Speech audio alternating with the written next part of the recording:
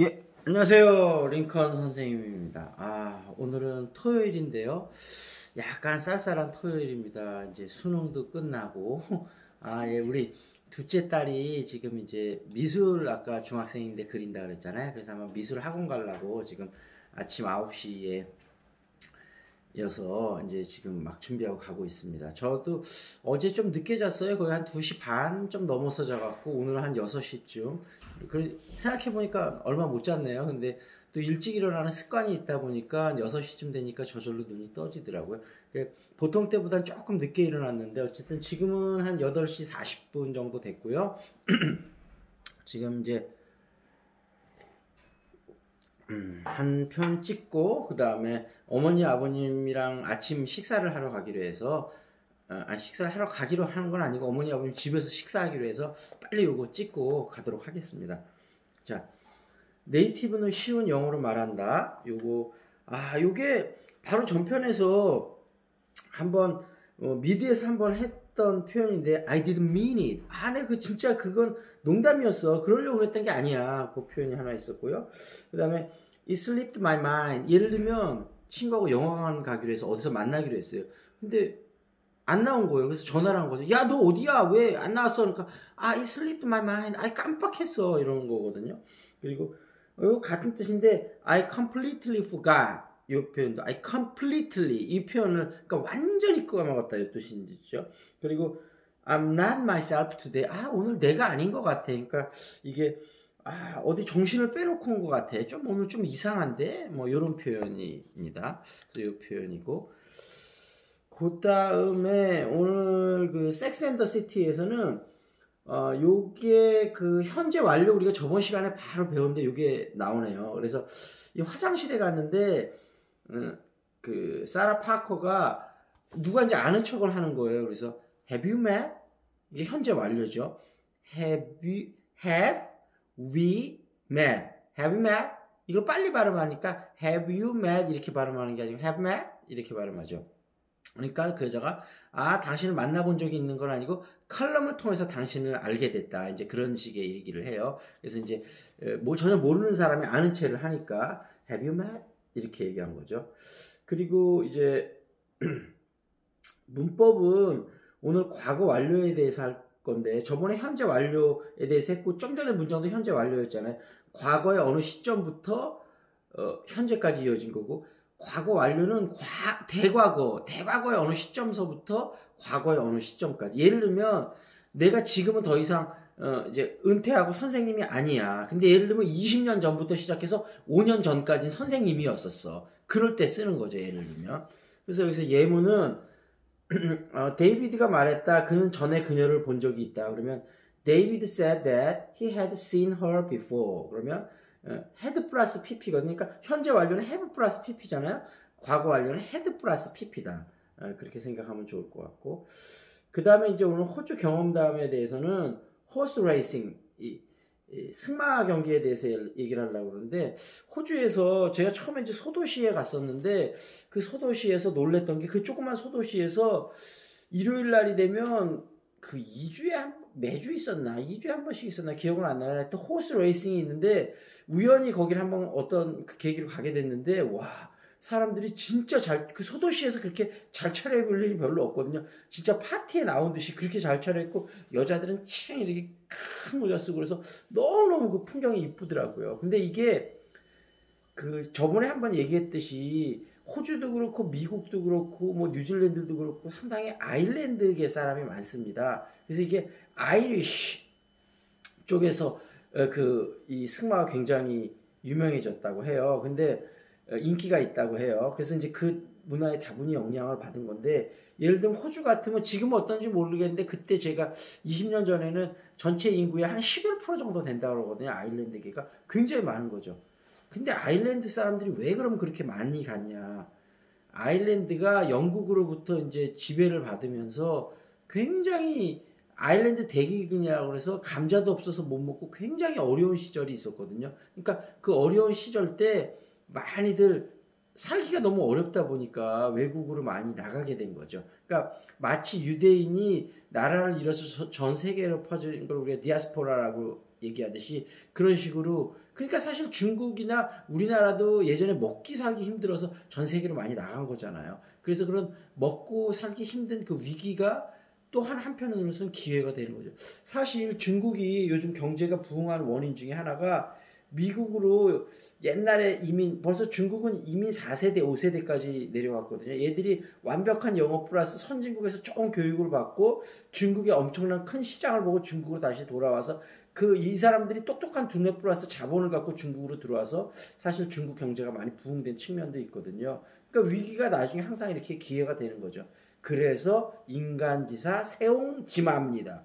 세옹지마 무슨 뜻? 혹시 요즘 뭐 젊은 학생들은 세옹지마 무슨 뜻인지 모르시면 이렇게 검색해 보시면 알 수 있을 거고요. 그리고 또 하나 말씀드릴 거는 그 IRA 북아일랜드 공화국의 어떤 독립을 위한 건데 이게 IRA가 영화에도 되게 많이 나와요. 이 배경으로. 왜 그러냐면 아일랜드가 이제 영국 식민 통치를 받았다고 했잖아요. 그 당시에 이 아일랜드를 통치하기 위해서 이 아일랜드 북부 지방에 영국 사람들을 잉글랜드 사람을 대거 이주를 시켰어요. 근데 아일랜드는 전체적으로 캐톨릭이거든요. 그러니까 로마 교황 하고 이제 지금으로 얘기하면 천주교를 믿는 거죠. 근데 이 영국은 프로테스탄트, 그러니까 신교, 지금으로 얘기하면 기독교인 거죠. 그런데 아일랜드가 전체적으로 묻는데 이 북아일랜드는 영국 사람이 이주를 하다 보니까 이 북아일랜드 쪽에서는 오히려 역전으로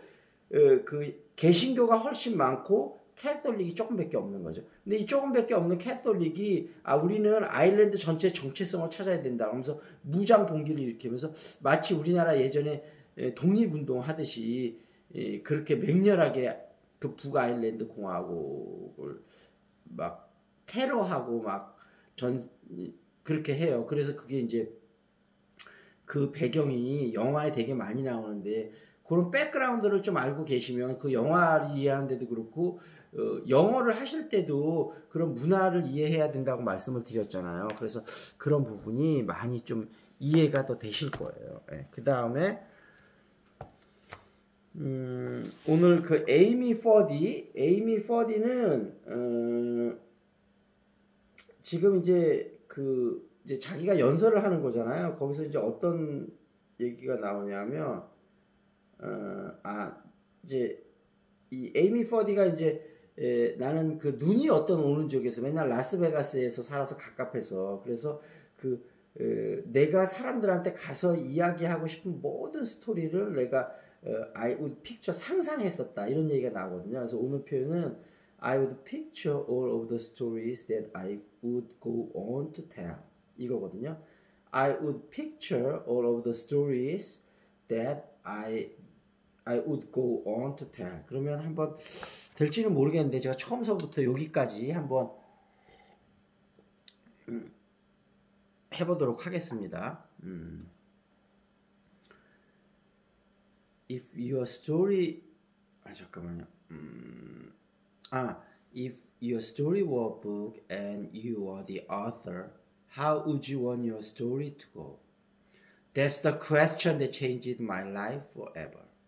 Growing up hot Las Vegas desert, all I wanted was to be free. 그 다음에 까먹었네요. 그 다음 뭐였지? 잠시만요.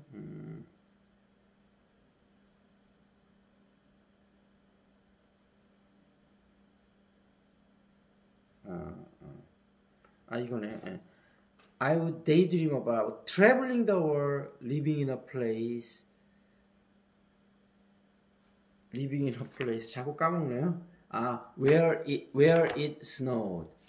그 다음에 이제 나이가 들어서 외우는 게 좀 잘 안 됩니다. I would picture all of the stories that I go on to tell. 여기까지. 죄송합니다. 제가 좀 이제 기억력이 좀 가물가물하네요. 그 다음에 프렌즈에서는 이제 이런 얘기가 나와요. 그 챈들러하고 조이가 서로 뭐 다툼이 있어서 서로 이렇게 떨어지게 되거든요. 같이 룸메이트가 아니고 하우스메이트였죠. 하우스메이트였는데 서로 싸워갖고 떨어지게 되는데 서로 막 너무 그리워해요. 그러니까 이제 그 로스가 챈들러가 막 너무 혼자 있으니까 너무 외롭고 막 그러니까 이제 충고를 해주는 거야. 야, 너는 그렇지만 앞으로 전진해야 돼. You have to move on. 이게 예를 들면 막 이런 식으로 뭔가 힘든 시절을 지금 겪고 있어요. 야, 너 힘든 건 알지만 너 그래도 앞으로 전진해야 돼. 이제 앞으로 한 발짝 나가야 돼. 그럴 때 you have to move on 이런 표현을 쓰거든요. 그 표현 하나 알아두시고 그 다음에 그 바다에 빠져라는 그 얘기 드렸잖아요. 우리가 숙제가 뭐였냐면 그 뭐죠? 숙제가 요 하강호 교수님이 이제 처음에 이제 학교 선생님으로 될 때 첫 번째 질문이 그거였었잖아요. 만약에 그 당신의 학생들이 공부하는 거에 관심이 없으면 어떻게 지도를 할 거냐. 이때 이 사람이 얘기했었던 게 두 가지를 크게 강조를 했는데 하나는 첫 번째 학생들이 왜 공부를 싫어하는지 여러 가지 이유가 있을 거 아니에요. 첫 번째 원인을 파악하도록 노력하겠다. 그리고 둘째는 민주적인 방법을 쓰겠다. 강압적으로 공부를 시키는 게 아니고 원인을 파악했으면 그 원인을 해결을 해줘서 자연스럽게 아이들이 공부에 집중할 수 있도록 그렇게 하겠다. 그러니까 결국은 이거의 해법은 두 개. 하나는 적극적으로 원인을 찾아보겠다. 둘째는 그 민주적인 방법을 쓰겠다. 근데 사실은 우리가 인생에 문제가 있을 때 자꾸 회피하려고 하고 외면하려고만 하지 그 문제를 적극적으로 찾아서 해결하려는 노력을 우리가 잘 안 하거든요. 왜냐하면 너무 힘드니까. 근데 어찌됐든 근데 힘들다고 어떤 문제는 또 시간이 지나면 해결되는 문제도 있기는 있어요. 괴로운 문제들 중에서. 근데 어떤 거는 반드시 원인을 찾아서 적극적으로 해결해야지 가만히 있으면 문제가 오히려 더 악화되는 게 있거든요. 그러니까 일단은 그 판단이 먼저 중요할 것 같아요. 이 문제가 지금은 힘들어도 그냥 좀 참고 지나면 왜냐하면 너무 힘드니까 어떻게 할 수가 없잖아요. 그럴 때는 버티는 수, hanging around라고 그러는데 우리가 테니스 게임 할 때도 보면 굉장히 스코어가 불리할 때 너 어떻게 대역전극을 일어나느냐 그러면 이런 표현하는 거 있거든요. I'm just stick around, I'm hanging around. 그러니까 이거 스코어가 너무 벌어졌으니까 이기긴 힘드니까 그냥 어떻게든 버티고 있는데 우연히 상대편이 막 실수를 해서 찬스가 찾아오는 거죠. 그럴 때 그런 표현들을 써요. 그러니까 아까 얘기했다시피 그렇게 좀 생각을 하시면 좋을 것 같아요. 그리고 제가 이제 지후 영어라고 유튜브에서 검색해서 추천을 해드렸잖아요. 그래서 오늘은 그 지후 영어에서는 수동태 편을 제가 잠깐 봤는데 예를 들면 그 고양이가 개에 의해서 공격당했어. 그러면 the cat are attacked by dog. 이 dog의 입장에선 the 과거 현재니까 만약에 dog attacks that cat 그러면 그 개가 고양이를 한 거죠. 근데 고양이 입장에서 공격을 당한 거잖아요. 그러니까 that cat are acted by dog. 그래서 이제 그 태를 우리가 voice라고 그러는데 능동태는 active voice, 수동태는 passive voice라고 그러는데 어쨌든 지우 영어에 가서 요 태편 한번 찾아보시면 수동태 편 한번 찾아보시면 재미있을 것 같아요. 그 다음에 이번에 숙제 중에 하나가 라임 자산운용 그 다음에 그거 이제 조사해 보는 게 하나 숙제였었는데 자 일단 라임 자산운용은 헤지 펀드라는 건데 이제 제가 왜 이런 시사 이슈 같은 걸 말씀을 드리냐면 이런 시사 이슈를 영어로 토론할 수 있어야 돼요. 근데 앞으로는 우리가 점점 진행하다 잘 되면 이런 걸 영어로 서로 토론해보고 그냥 간단하게 제 생각을 영어로 얘기를 해봐 드릴 거거든요. 근데 이게 영어로 제가 좀 이런 걸 설명드리는 건 좀 조심스러운 게 옛날에 제가 초보반을 가르치면서 아주 쉬운 영어긴 하지만 이런 것들을 영어로 제가 설명을 드리니까 초보자분들이 못 알아들어서 너무 답답해하고 힘들어하셔서 수업에 막 안 나오시더라고요. 그래서 제가 이거는 영어로 설명을 드리려는 건 제 욕심이었고 일단은 한국말로 먼저 설명을 드리고 한국말로 얘기해도 이해하기 어렵잖아요. 그리고 이제 점차적으로 제가 영어로 조금씩 설명을 해드리는 방향 쪽으로 한번 나아가 보도록 하겠습니다. 그래서 이 헤지 펀드는 이 헤지란 말을 이제 이해를 하셔야 되는데 이게 원래 해자라는 말로부터 어원이 된 건데 옛날에 유럽의 성을 공격을 할 때 성을 방어하기 위해서 막 이렇게 막 밑에를 막 파놨어요. 그리고 위에 덮어놓고 가다가 성을 공격할 때 막 떨어지고 이렇게 위험물을 그러니까 성을 하기 못하도록 위험물을 해놓은 거를 해자라고 해요. 그래서 그 해자에서 나온 말이 해지인데 위험을 회피한다 그런 뜻이거든요. 그래서 이제 헤지 펀드는 소규모로 큰 돈을 모아서 투자를 해야 되는데 투자를 하다 보면 아무래도 위험할 수도 있잖아요. 그러니까 위험을 회피하면서 투자를 한다. 그래서 헤지 펀드라고 하는 건데 문제는 이제 라임 자산운용 같은 경우 문제가 된 게 뭐냐면 크게 두 가지인데 세 가지라고 봐야 되는데 하나는 이 돈을 투자하는데 위험한 곳에 너무 투자를 많이 했다. 그러니까 위험한 곳에 투자를 하다 보니까 한 곳에서 손해를 났잖아요. 그러면 한 곳에서 손해를 나면 요거 손해를 끝나야 되는데 이 몇 가지 다른 펀드가 왔거든요. 예를 들면 어떤 건 부동산, 어떤 건 주식 투자하는 거, 어떤 건 채권 투자하는 거. 근데 예를 들면 주식 투자하는데 손해가 많이 나면 부동산이나 채권 투자하는데 펀드 돈을 고객들의 동의를 얻자고 임의로 막 끌어다가 이 손실을 메꾼 거예요. 그러니까 연쇄적으로 여러 펀드들이 동시에 다 손해가 난 거죠. 이게 원래 한 대 손해가 나면 그걸로 끝내야 되는데 그럼 이 사람만 보상해 주면 되잖아요. 근데 다른 데 돈을 끌어오면 연쇄적으로 나서 막 감당이 안 되거든요. 이런 사태까지 온 거죠. 그리고 세 번째는 이렇게 위험하고 제대로 되지 않은 펀드를 우리나라 국내 공식적인 은행에서 팔고 또 금융감독원에서 제대로 감독을 안 했다. 이게 큰 거죠. 근데 문제는 이것들이 지금 정권의 일부 인사들하고 연루가 돼서 그러니까 이런 불완전한 판매를 은행에서 팔게 될 수 있게 된 거하고 금융감독원이 제대로 감독을 못하게 된 게 정치권의 어떤 압력하고 어느 정도 연관이 있다는 거죠.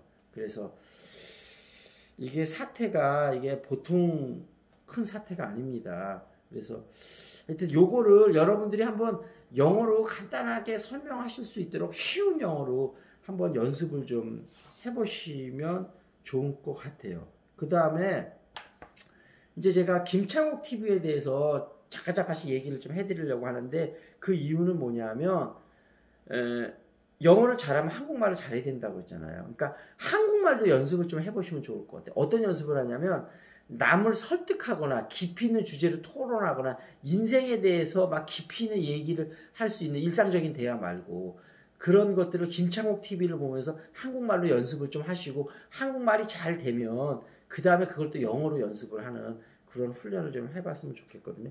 오늘은 김창옥 TV에서 어떤 거를 좀 한번 얘기해 보고 싶으냐면 어떤 어머님이 나와서 말씀하세요. 한 60대쯤 되신 것 같은데 아버지 시어머니가 아직 살아계신데 94세 93세인데 아마 이 아들이 되게 효자인 것 같아요. 근데 아들이 효자면 며느리는 와이프는 힘든 거 아시죠? 왜냐하면 사람의 사랑이나 애정이 쏟을 수 있는 그 총량이 어느 정도 정해져 있다고 생각을 하거든요. 부모님한테 너무 쏟아버리면 자기 부인한테 쏟을 게 없잖아요. 그러니까 남편하고 평생 살면서 말을 별로 안 한 거예요. 근데 이제 지금은 이제 말을 좀 하기 시작하는데 거기서 그거는 말을 섞는다고 하더라고요.